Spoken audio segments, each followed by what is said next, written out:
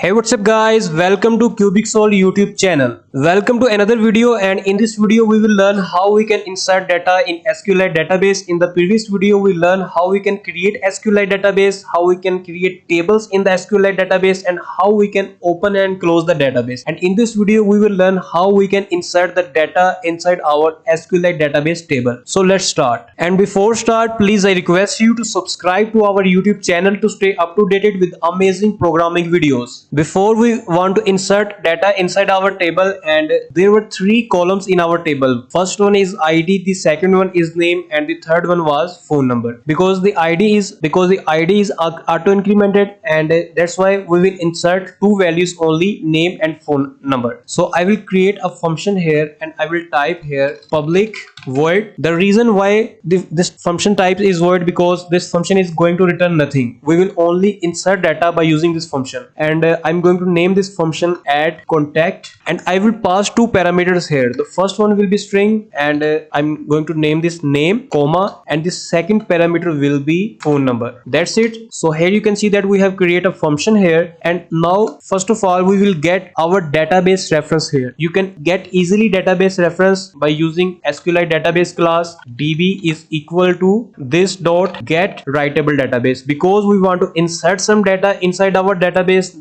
That's why I will use get writable database function. So if you want to receive something from database, then you will use get readable database reference. So we have got reference of our database by using SQLite database class, and next by using this reference we will find a function db insert. So inside this function we have to pass three parameters. The first one will be table name, and the second one will be null column hack, and the third will be column values. So I will type function name here, and first of all I will type my table name here, which is stored in table underscore name variable. So I will type that variable name here, table name, and next I will pass null value here, because null column hack is used. Suppose you want some value, so you want to insert some null value inside your data table. So in our case we don't want to insert null value. That's why I will pass null parameter here, and at last we have to pass the object of content values class. So let me show you what you have to do here. So the third parameter will be our content values. It means the data that you want to store in our table. So first of all I will create an object of content values class here. I will type here content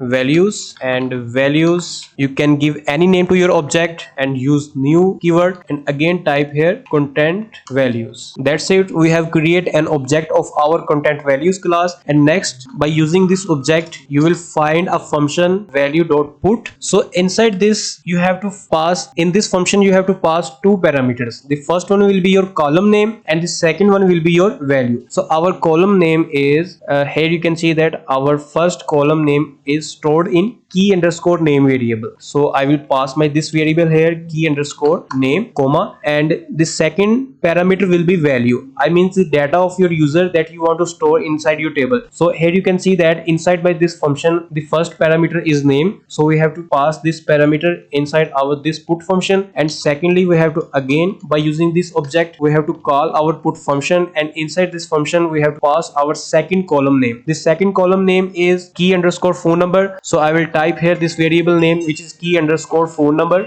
comma and space, and at last I have to copy this phone number and paste here, and then we will pass our this object inside our insert function as a third parameter. So I will type here values. That's it. Our this function code is complete. Now whenever I will call this function to another activity, and when I will pass two parameters, customer name and customer phone number, so this data will be inserted inside our table. So guys, before inserting the data inside our table, I want to tell you, you cannot insert a null value inside your column, because inside our table I have set not null to my each column. So that's why you cannot insert a null value. If you will do so, SQLite will throw a runtime error. So you have to make sure to fill both to enter the data name and phone number of the customer, and don't remain it not null. Our this class code have been completed. Now I will open the main activity, and inside this activity I will create an object of my DB helper class, DB helper space new my DB helper, and inside this I will pass my context semicolon, and by using this object DB helper I will call my function add contact, and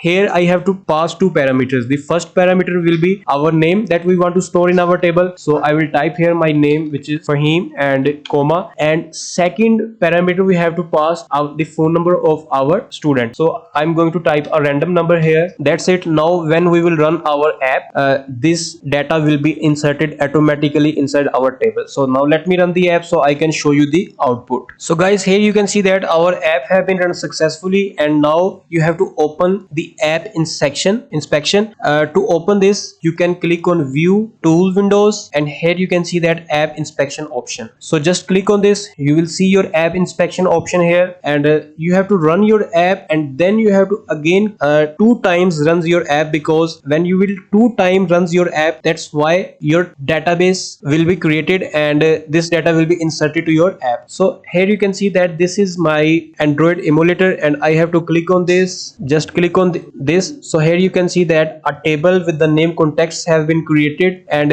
these tables have three fields: ID, name, and phone number. So double click on this table, and here you can see that our data have been inserted successfully. So guys, I hope you must enjoy this video, and if you have any question related to this tutorial, you can ask us in the comment section. We will try to answer your question, and please subscribe to our YouTube channel to stay up to date with amazing programming videos. And finally, thanks for watching.